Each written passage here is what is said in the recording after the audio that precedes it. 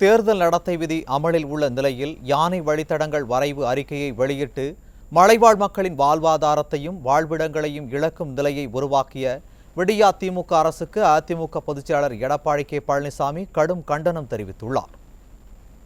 இது தொடர்பாக அவர் வெளியிட்டுள்ள அறிக்கையில், விடியா திமுக அரசின் யானை வழித்தடம் குறித்த வரைவு அறிக்கை செயல்படுத்தப்பட்டால் மலைவாழ் மக்களின் வாழ்விடமும் வாழ்வாதாரமும் பெரிதும் பாதிக்கப்படும் எனவும், குறிப்பாக நீலகிரி மாவட்டத்தில் வாழும் பல்லாயிரக்கணக்கான மலைவாழ் மக்கள் கடுமையாக பாதிக்கப்படுவார்கள் எனவும் குறிப்பிட்டுள்ளார்.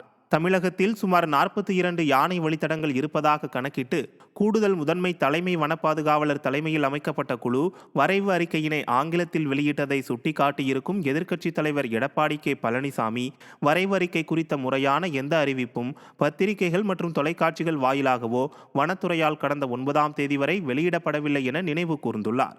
வரைவு அறிக்கை ஆங்கிலத்தில் வெளியிடப்பட்டிருப்பதாகவும், ஆனால் வனப்பகுதி மக்கள் தமிழில் வெளியிடப்படும் அறிக்கைகளை மட்டுமே படித்து புரிந்து கொள்ளக்கூடிய நிலையில் இருப்பதாக அவர் கூறியுள்ளார்.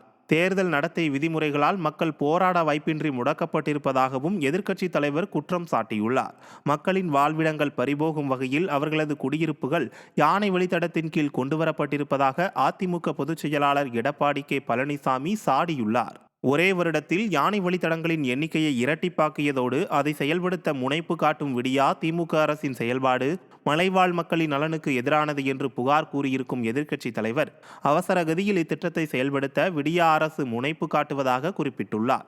மலைவாழ் மக்களின் வாழ்விடங்களையும் வாழ்வதற்குண்டான சூழலையும் உறுதி செய்து முறையான யானை வழித்தட திட்டத்தினை செயல்படுத்த வேண்டும் என்று விடியா திமுக அரசுக்கு அதிமுக பொதுச் செயலாளரும் எதிர்க்கட்சி தலைவருமான எடப்பாடி கே பழனிசாமி வலியுறுத்தியுள்ளார்.